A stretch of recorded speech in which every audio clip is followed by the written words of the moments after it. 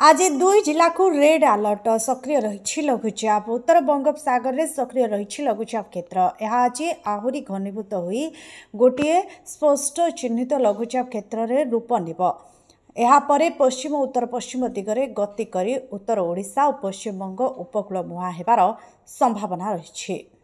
लघुचाप प्रभाव में सारा राज्य में प्रबल वर्षा जारी रही। आज केन्दुझर मयूरभंज को रेड अलर्ट जारी होइछे। ए दुई जिले में प्रबल अति प्रबल वर्षा सह वज्रपात होबार संभावना रही। बालेश्वर भद्रक जाजपुर ढेंकानाल अनुगुल देवगढ़ संबलपुर सुंदरगढ़ झारसुगुड़ा और बरगढ़ को ऑरेंज अलर्ट जारी होइछे। 10 जिलार किछि स्थान रे बिजुली घड़घड़ी सह प्रबल वर्षा होबार संभावना रही। 30 ରୁ 40 किलोमीटर बेगरे पवन मध्य बहिपारे।